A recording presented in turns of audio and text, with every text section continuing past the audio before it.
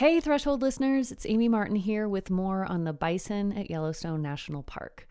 A few weeks ago, we told you about the new plan for managing the bison herd that Yellowstone National Park released in August.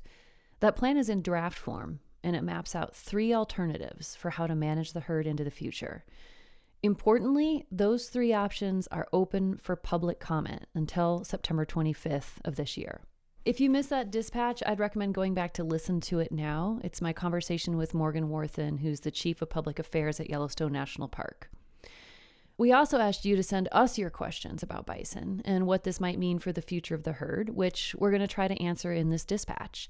And to help me, I'm joined by 2 other members of the Threshold team, Erica Janik, Threshold's managing editor. Hello. And Sam Moore, our social media storyteller and associate producer. Hello. So I think just to kick us off, I want to kind of put myself in the mindset of a person who maybe dreams of going to Yellowstone someday or had their dream trip. People come to this park from all over the country, all over the world, millions of visitors every year. And one of the big reasons why people come to Yellowstone is to see animals. It's really an amazing place in the U.S. to see all kinds of wild animals. And maybe this is obvious to some or maybe not, but it just feels important to make clear that it's not like Yellowstone has a fence around it. It's a huge landscape, and part of what makes it work actually is that it's got a lot of ecological connectivity with the surrounding landscape that's outside of the park. So that means that animals migrate in and out all of the time. And a whole bunch of them do those migrations and nobody notices. But bison are different. And that gets us into this question from a listener: why are bison managed at all? And I'm going to hand that one to you, Erica. Yeah, I think that lack of a fence around the park speaks to why bison are managed. We really manage bison and other wild animals because of us, humans. We're really managing our relationship with another animal. And we do this primarily through putting some kind of controls around the size of an animal population or its habitat. And this can be both to protect an animal that is endangered or maybe to reduce an animal population that we feel is too large for any number of reasons. And not every animal is managed. Your neighborhood squirrels and bunny rabbits, for example, are not under a management plan, though my dogs tend to feel differently about that. Among the animals that have management plans in the U.S., though, are black bears, elk, and wolves. And as I said, these management plans are really about us. We're spreading out, we're taking up more space, we're pushing animals into smaller spaces or different spaces, changing their habitats completely, disrupting their natural rhythms, all kinds of disruptions that humans are really causing for other animals. And for bison, one of their natural rhythms, as we talked about before, is that they really love to roam. And lots of people aren't so keen on having bison roam wherever they want to. There's some obvious reasons that bison are really big and there's some safety issues with them. But also there's something else that people are really concerned about, and that's fears of a disease called brucellosis.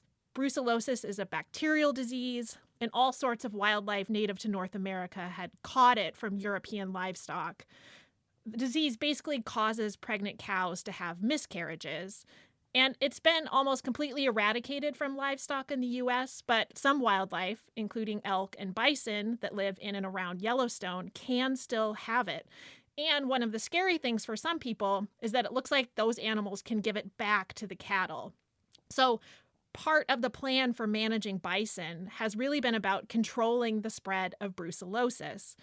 But it's really important to note that to date, there haven't been any cases of wild bison transmitting brucellosis to cattle.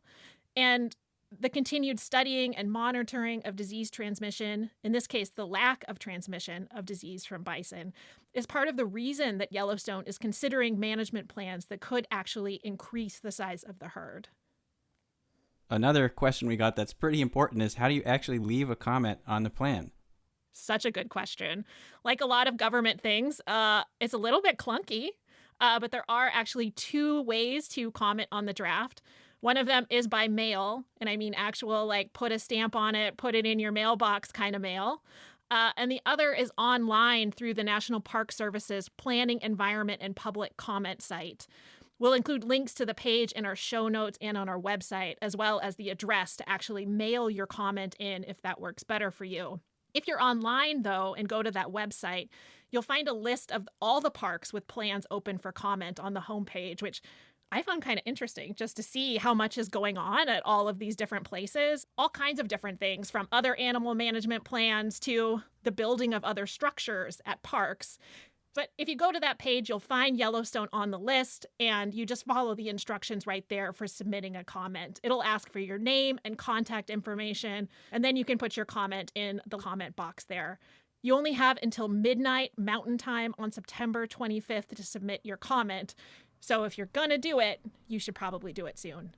Awesome. And with these environmental impact statements and management plans, I believe there's like a legal requirement even for them to review all the comments. So don't feel like your comment will just be thrown into some void. It actually matters that anybody who cares to submits their thoughts.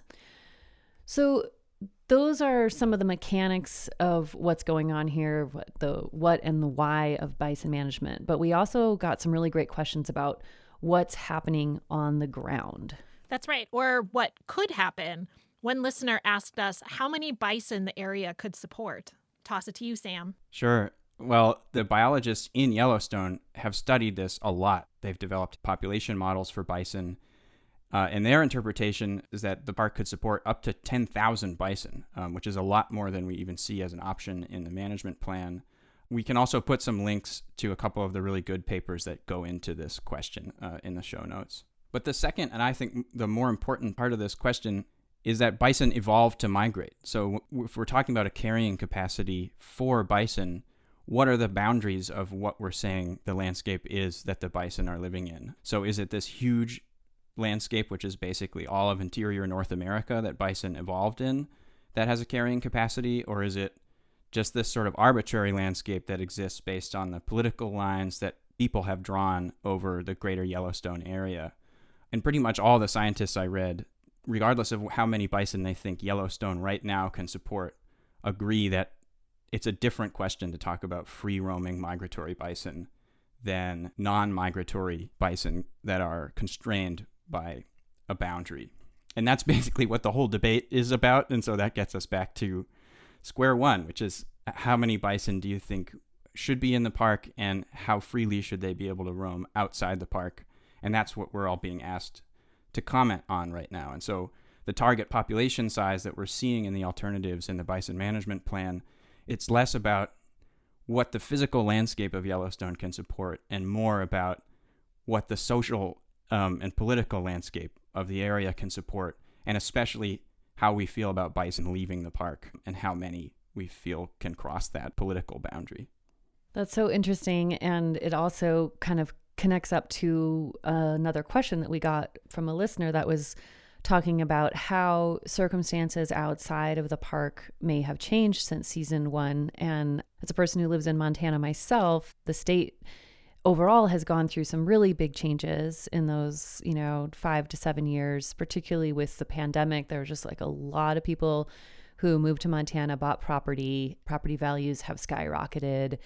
And yeah, it's a quickly changing state, and particularly around Bozeman and that whole area, that kind of corridor between Bozeman and the northern border of Yellowstone National Park, which is also the place where the bison like to leave.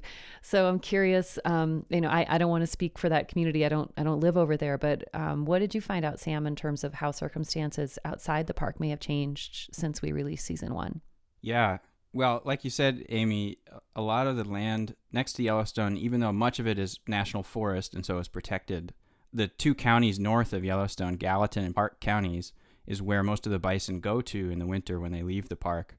But it's also one of the fastest growing regions in Montana.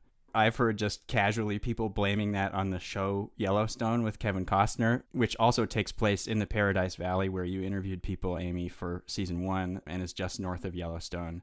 And that show actually has a subplot involving brucellosis.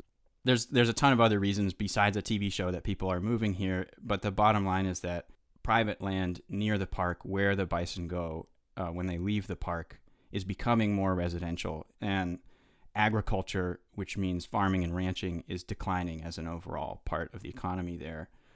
So it's not totally clear what this means. It might mean less conflict with ranchers in terms of brucellosis, but it could also mean less open space, less farmland, less of that connectivity for wildlife to move out of the park. And it could be more conflict with people who are building and living in the communities outside the park. That's fascinating. It really does sound like conditions outside of the park are changing and changing fast. And that, as we've said, has a really big impact on how bison are managed. And another big part of bison management are the tribes that live in that area. And we did get a question about the input that tribal leaders have had in shaping the alternatives. Yeah, this is a great question. So there are 27 different tribal governments that are associated with Yellowstone National Park.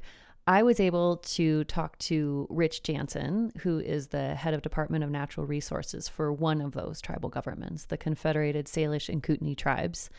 And Rich said that, at least from his perspective, his understanding was that there was a lot of conversation and consultation with the CSKT in terms of shaping these alternatives. And I think just to place it in context, he said more fundamentally, he feels like the relationship between the tribes and Yellowstone National Park is only getting better. There's definitely, been some real conflict and hard feelings between the park and the tribes, because as much as we all love our national parks in the United States, the truth of it is that it is another way in which white settlers took control of land that was being controlled by indigenous people. And so there's a real, mixture of things going on there of like, in a way, thank God this landscape was preserved and these animals were preserved, but also a whole lot of people lost control and the rights to hunt and move and live on lands that they had traditionally done all of those things on. So I was really happy to hear Rich say that from his perspective that there is increasing conversation, increasing sense of responsibility to include tribal leaders in all kinds of different decision making. And he also said that although the tribes were consulted in helping to shape the alternatives, they are also now in the process of reviewing them themselves and will submit a comment based on their own science and tribal conversations about which alternatives they would prefer and why, or maybe even tweaks to some of the alternatives that were presented. That is all the time we have to answer your questions. We really want to thank everyone for submitting their questions. It was really fun to hear from all of you, and you asked such great questions that definitely were questions that we had and that made us think.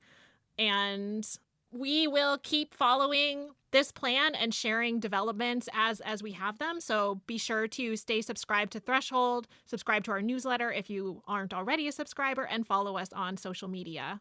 And don't forget that the deadline to submit your comment to Yellowstone National Park in terms of weighing in on what you think would be best for managing the bison in the park is September 25th, and it's midnight Mountain Time, correct? That's right, midnight Mountain Time. We'll post links to how to submit your comment as well as the mailing address in case you want to mail your comment in our show notes and on our website. Thank you so much for listening. We'll talk to you soon.